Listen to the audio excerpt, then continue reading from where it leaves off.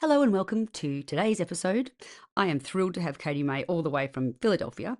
And this is a conversation I've been looking forward to, especially if you're parenting a teen or a preteen, supporting a child with big emotions or carrying that quiet fear of, am I doing enough as a parent? Katie is the owner and executive director of Creative Healing, and her life's work is devoted to helping teens know that they're not broken, not bad, not wrong, and not too much. She specializes in supporting teens navigating depression, self-harm, suicidal thoughts, and overwhelming emotions. So in this episode, we talk about the reality of parenting teens who are struggling and the helplessness parents often feel, and how we can move from fear and control into connection and safety. Katie brings such a calm and steady presence in her voice that helps your nervous system soften just by listening to her. This is not about quick fixes or parenting perfection. It's about understanding the emotional world of our teens and learning how to be that safe place for them to land. So I hope you enjoy this conversation as much as we did. And here's the beautiful and wise Katie K. May. Good morning, Katie, and welcome to the Parenting Collective podcast. Hi, Donna. I'm excited to be here. It's a tough time for teens, so I'm ready to talk all about that. Totally, isn't it? And especially in the world that we live in. So I'm so happy that you're here with us today, or here with me today. And I'm looking forward to this conversation. And so since this is the first time that we've met each other, if you could share with the audience in your own words who you are, what you do, and what really lights you up, and your why of getting into this space. Absolutely. My name is Katie K. May. I am a licensed therapist in the state of Pennsylvania, and I specialize in working with high-risk teens and their families. I train and lead a team of other therapists with multiple locations in Pennsylvania. And because I'm so passionate about making sure this information gets past Pennsylvania and Yeah, globally, to the world. Mm-hmm. exactly. I wrote a book for parents of teens with self-destructive behaviors to teach them the strategies to effectively respond to high risk and really scary and life-threatening behaviors so they can be a support person and be the safe person for their teen to go to. The reason that I feel so passionately about this, and it is my life's work, is because I was a teen who self-harmed. And I struggled a lot with a single father who was thrown into parenting on his own. He didn't have the skills to be a parent, let alone parent a teen like me with these really big emotions, what I call a fire feeler. And Yes. so going through that and figuring out how to cope and coming out the other side, my passion is helping folks shorten the struggle so they don't have to go through what I did. Oh, oh. And if only I found you 5 years ago. I've shared my story so much for people and families that might go through this. And the thing is, when I share my stories, it's not to create fear, like if people find me and want to hear the stories and share it with my beautiful guests, it's because I've been through it. And again, exactly the same. I want to help anyone who might go through that. Some people can go through the teen years and not have a fire feeler, which I'm going to ask you about that, and it'll be okay. So I don't want to scare people. Every time we talk about this stuff, I think everyone may go, oh my gosh, is that going to happen to me? No, the percentage is a lot smaller. I really want to share these resources for people because we had nothing. We had a school that was very supportive, who did the best with limited resources, but it was so lonely and so scary. And it took a lot of changing and parenting a different way to support our kiddos to get through it. So, it's good that you've got this book. Thank you. And I appreciate your willingness to parent differently and see that some kids need something different than the typical parenting scripts that are out there. I know. It's work for parents and you put it in. And you know what? Again, I share my stories, don't name names, but I'm thinking everybody knows who's who. One of the kiddos, nothing to do with our parenting, came out very compliant, and her anxiety as she got into the teen years, again, it was for us a bit of a hereditary trait of anxiety, which we sort of hadn't picked up, and other things happening, of course. So this sort of perfect yucky storm, bit of bullying at school, being a bit different. She is gay, so that was a time where she was going through all those things too before she came out. The reason I share all of that is that her anxiety was she went within. So she was compliant, and we could go, can you do that? And she'd just do it. So we were like, yeah, we're killing this parenting stuff, But the poor kiddo, we could see she was getting depressed, and that was something that was evolving, but she went within. So she was doing a lot of stuff behind closed doors, right? But the other child who then went through the similar anxiety stuff, must have been what you call the firefighter. What would you call it? Fire feeler. Fire feeler. And Yeah. that is where we had to change our parenting. The old traditional parenting did not work. It made it worse. The house was chaotic. She was angry. and we didn't understand. So I think I'd really like to delve into that with you a little bit. So when you talk about the fire feeler, Yeah. I'm guessing it's the child that's not the compliant one. It's the one that's strong-willed and has anxiety possibly, but comes out a bit more like the anger, the fight response. Is that right? Not exactly. So when I Okay. talk about a fire feeler, I'm glad we're here. We're Good, clarifying. good, good. About a fire feeler, the premise behind it is this: when you have a child who is biologically sensitive, so Mm-hmm. some kids are born good at sports, some Yep. kids are born good at art, and some Mm-hmm. kids are born really good at emotions. So that's that biologically sensitive piece, a kid who feels their emotions in very big ways. They're 0 to 60 in 10 seconds flat. They're very reactive. They're easy to set off. And once they are set off and they're feeling these big emotions, it takes them a very long time to Mm-hmm. calm down. Yep. And so, because of this, they have these big, overwhelming, fiery emotions. It makes sense for these teens that their brain goes to strategies to make that fire go out quickly. Okay. And this could be things like self harm, suicidal Oh, behavior, got you. Yep. drug and Okay. alcohol use. It could be Mm. aggression or lashing out, like you talked Everything. about. It Okay. could be completely shutting down too. So the Mm. idea of a fire feeler isn't exactly the behavior does not qualify what makes a fire feeler. Gotcha. It's the function of that behavior. It's I have Yeah. overwhelming emotions. The behavior Mm-hmm. is what makes that emotion go down. Totally. So that's the umbrella for any child that's suffering. Any child who gets very overwhelmed, any Whelmed. person, adult, Yeah. I'm a fire feeler, Yeah, yeah, any yeah. person who Yeah, gets totally. overwhelmed with their Yes. emotion in a way that feels really hard to hold. Yes, that's a really beautiful way to explain it because, again, as you're discussing that, I'm Mhm. certainly that, but mine was crying. Like I couldn't regulate my emotions when things got tough. So it's really great to be on the other side of it and understand it and be able to educate and empower. But that's a really good way of explaining it because it's every child that, yeah, is finding it hard, whatever emotional. And I think all emotions are hard. So it's Yeah, not to say totally. one is, it's more that quality of it's very big, it's Yep, flooding their system.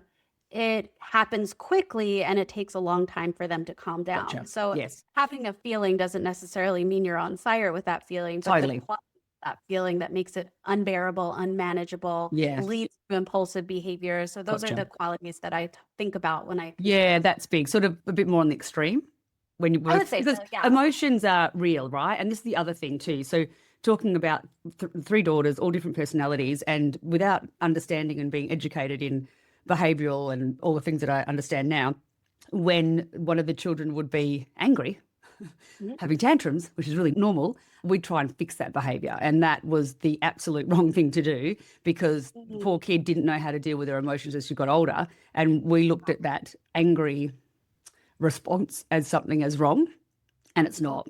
We could have looked at it Yes. differently, slowed down, allowed her to have those big emotions, then afterwards help her repair and build Right. that regulation. Well, what you're describing is a really common parent pattern. And I always say parents are doing the best that they We can with the are, we skills that did, they we have, did, right? yeah. And Mm-hmm. learning and wanting to do better. And that's why it's great that there are things like your podcast and my book and Yeah, other ways that parents can access this information. But the goal is to look at the behavior and decode the behavior. So we want to look at what's behind that behavior. And yeah, what you're saying perfectly illustrates that is that you were seeing the tantrum and responding to the tantrum. But in hindsight, you're looking at how could I have understood the emotion under that tantrum and responded to absolutely. that. Spot on.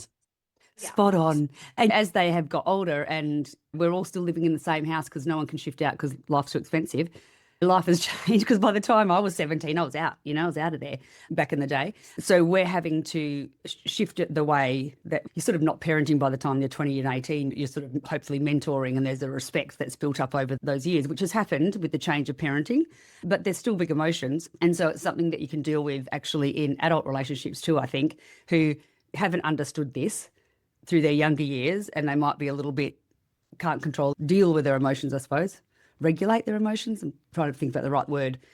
And it's also a great tool for adults. I think so. The tool that I would bring in any of those instances from childhood through adulthood and relationships, partnerships is validation.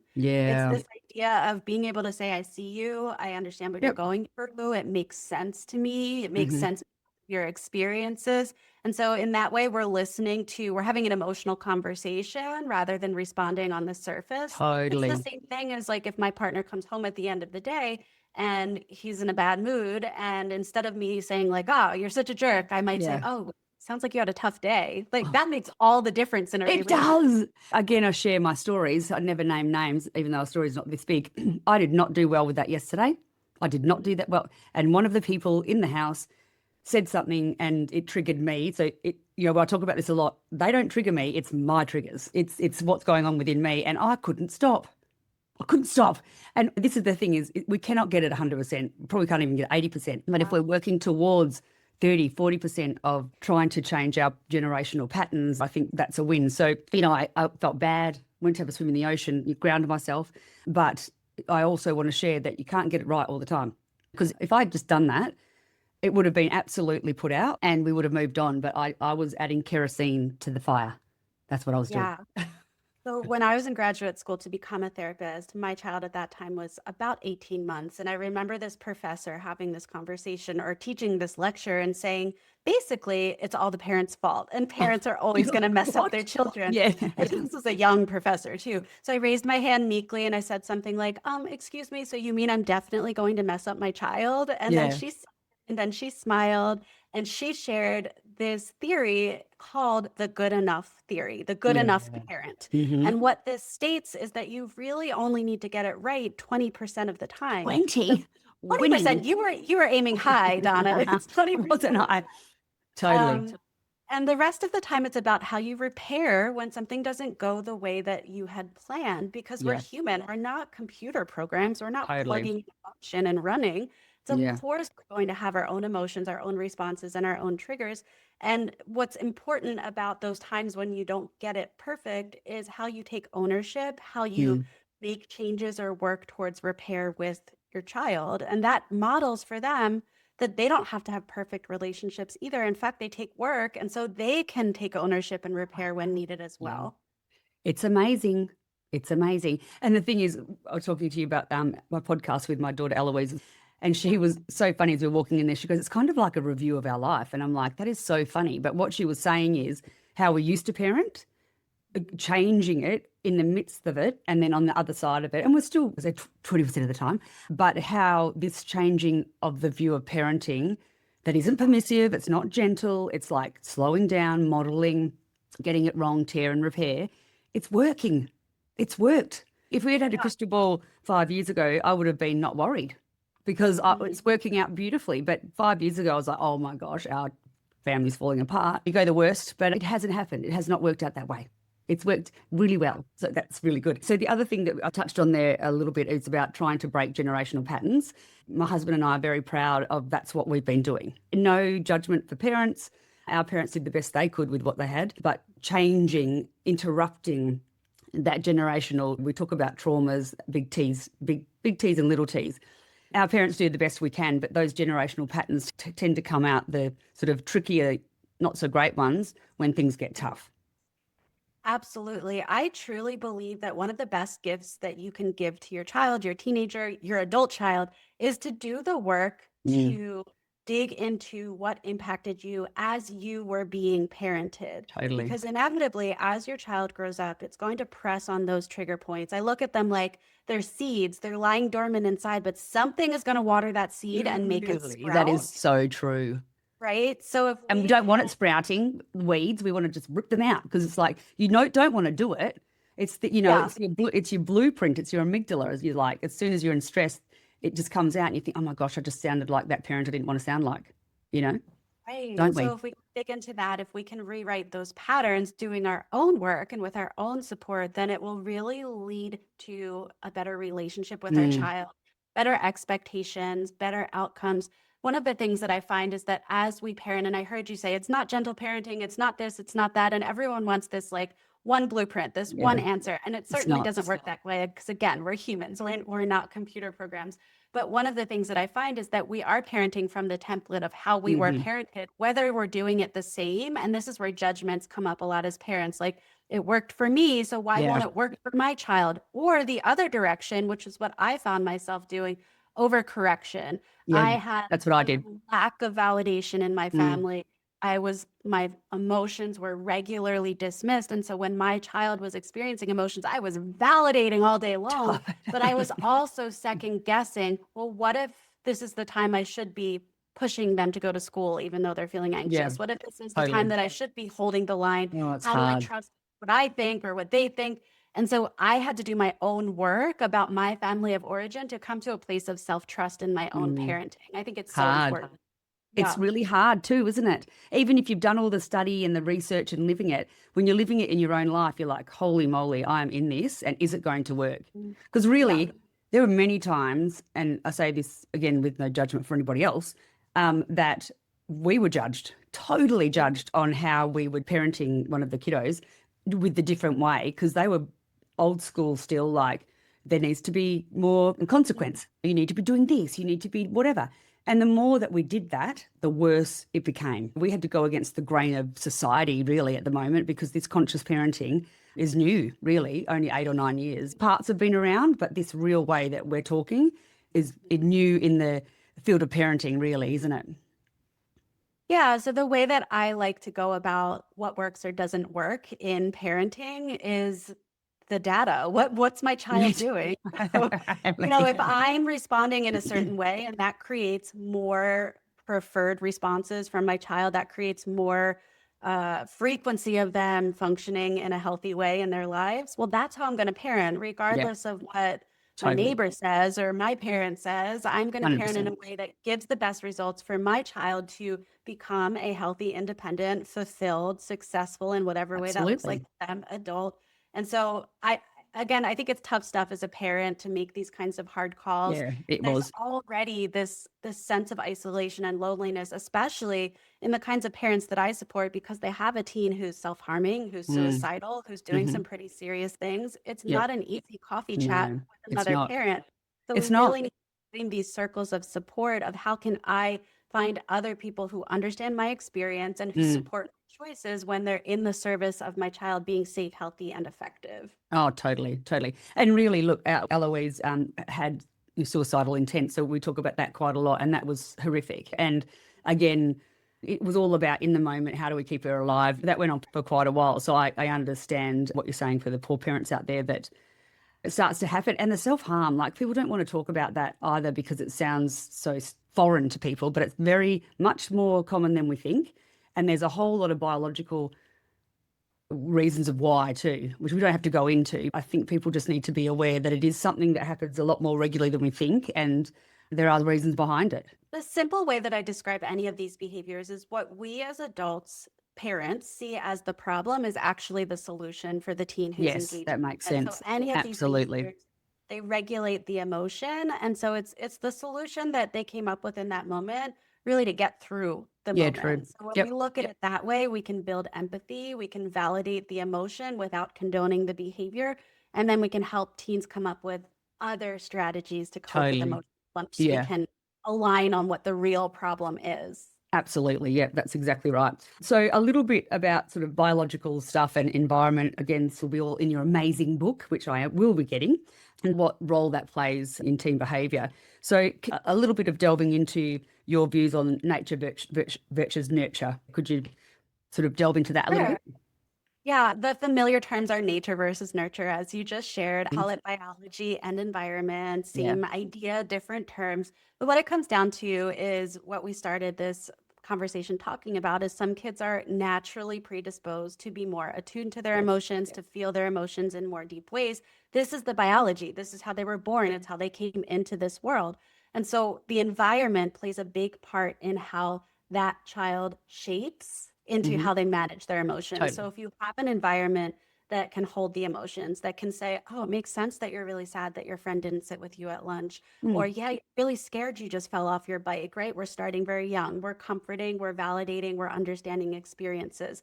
That's Hmm. going to create a child who grows up and understands their emotions, trusts their experience, knows how to self soothe because their emotions have been acknowledged.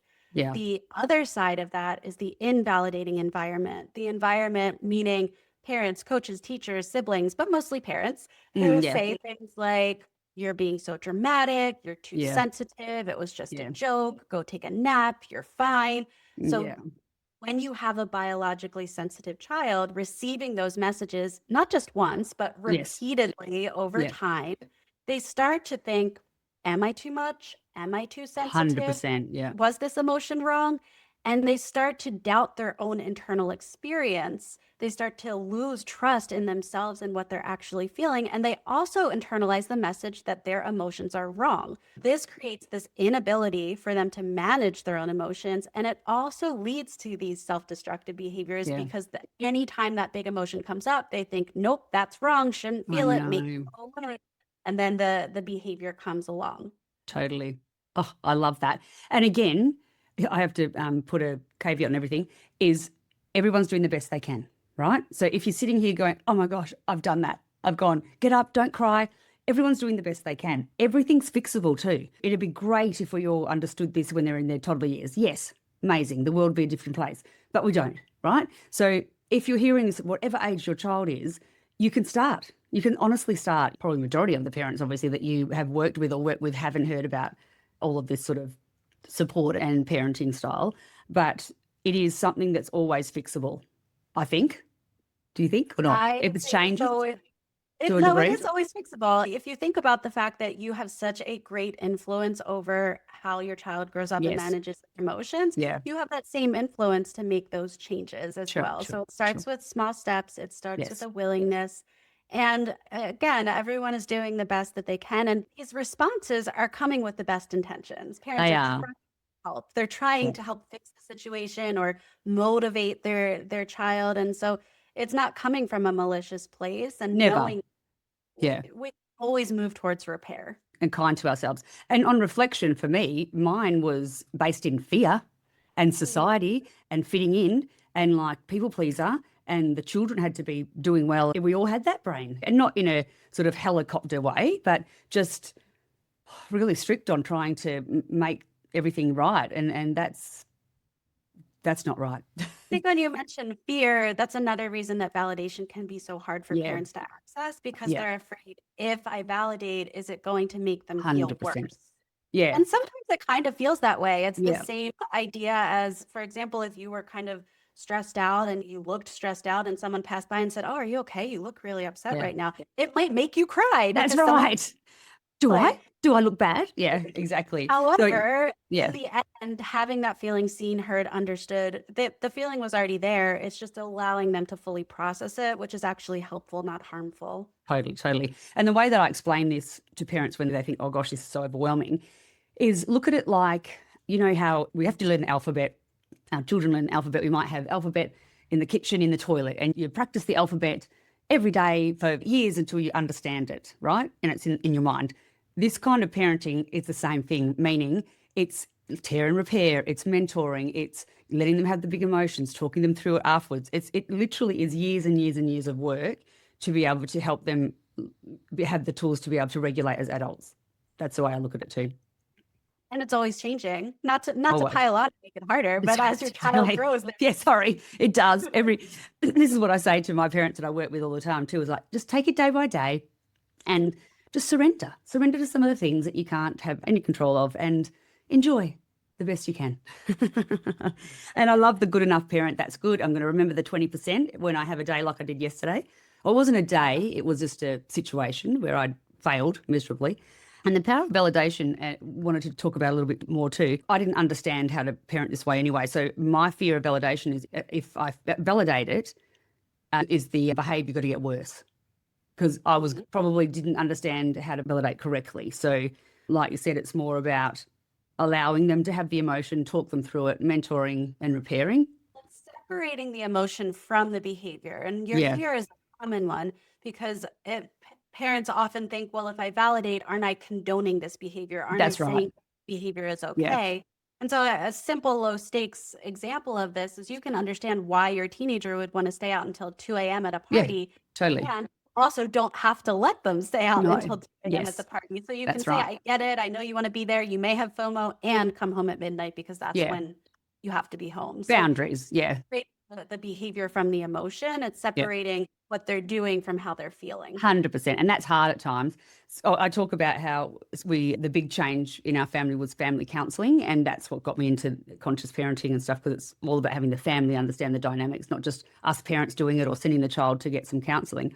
But that was when it was at its worst, parental stress for us. We were like wanting to put lids on it, lock a child in. We didn't, but like hold those reins tight. You're not going anywhere. But one of the counsellors said, you need to let go of the reins. She was 16 and I'm like, what? And so from that moment, I was like, I didn't understand that then. I didn't understand it at all. I was like, what are you talking about? Like, she's doing dangerous behaviour or whatever you would classify that as, teenage sort of dangerous behaviour. But it actually is what we needed to do, meaning we had to trust our parenting, we had to trust our boundaries, and we had to start letting go to allow her to make those, like I said, not 2 o'clock, but maybe 12 o'clock. So you still have the boundaries, but not the strict boundaries of like, you're not going ever.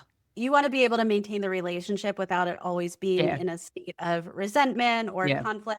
I think the most difficult thing for any parent, myself included, is to realize that you actually have absolutely no control. The older your child gets, the less control that you have. You've got no reins. Right. The more that you can come to terms with that, the easier it will be, because then you can understand that it's about how you can influence the child. It's also about the relationship. The more direct communication, the more trust in the relationship, the easier it is to have so-called limits and boundaries, because they're just about having a reciprocal relationship where you're 100%. saying, hey, I'm worried about you. Please check in at 11 p.m. Where are you? So you're able to communicate rather than have a heavy hand. Yeah. And that goes back to my premise that I don't want to raise a child who just knows how to follow rules. I want to raise a child who knows how to make safe decisions, who knows how their behavior impacts others, and who cares about relationships and can move into adulthood and be independent without having to follow my rules. Yeah, 100%. Again, perfectly said. And that's so true. And that's what we have done, and indirectly, but that's what we have ended up doing, and it works. It works. It works. It works. You want to stay connection. So you want to try and stay connected with a teen when they're feeling very disconnected. And not all teens are going to feel like that, but there's often so many times as a parent you feel so disconnected, and that's okay on their behalf, but we should still be connected to them even if they're struggling with their teen emotions and stuff. We should still try and feel connected, not like, oh, they're not talking to me, so I'm not going to talk to them, or that sort of slippery slope that you can go into. It's about evolving the relationship. And it's one of the things I find myself talking about regularly is the grief of parenting a teenager, especially a teenager with mental health concerns, but any teenager, because they're getting older, they're more independent, they have loyalty to their friends over their family, they want more privacy. And that's normal. It's developmentally typical. And so as a parent, there's a loss that comes with that. I am not to my child who I used to be to my child. So now there's a requirement that I figure out who I am to my teenager. And that means redefining the relationship and often redefining your own self-concept as a parent. It's a grieving process, but it's a worthy process to figure out how do we relate to each other in this season. And then it's going to change again when they leave the home, go to college or wherever they go next. And so it's always evolving. It certainly is. So thank you so much. Your book is called You're on Fire, It's Fine, which I did laugh when I read that, because again, we're sort of talking about the not validating. That's what we're sort of talking about. It's like we're not meaning to dismiss the emotions, but we just don't know what to do sometimes. So it's like, you're okay. Like you said, have a sleep. But we need to look at that a bit differently. So everything will be in the show notes of how everyone can find you, your book, all of that sort of stuff. Yes, your book is amazing. Everyone needs to get that if they've got preteen teens, like for sure. If, you've got someone with big emotions. Is there any other way that sort of worldwide people can work with you or contact you? Obviously, you're based there in America. Yeah, I would say 2 ways. So you'reonfireitsfine.com will get you to the book and a free chapter of the book. If you want to test drive it before you buy it, that's where you'd go. And katykmay.com, that's my name. If you go to katykmay.com or at katykmay on all the social medias, you'll find me. I have resources for parents, for therapists. You'll find my therapy center connected there. And we have lots of ways that we can support either in the States or outside, just to make sure everyone has what they need. Oh, that's amazing. Thank you so much, Katie. It's been fantastic conversation. And I hope, it gets to the right people to find your book and find you if they're going through some tough time with their teens. Thank you. I appreciate Thanks, it. Katie. Take care. Bye.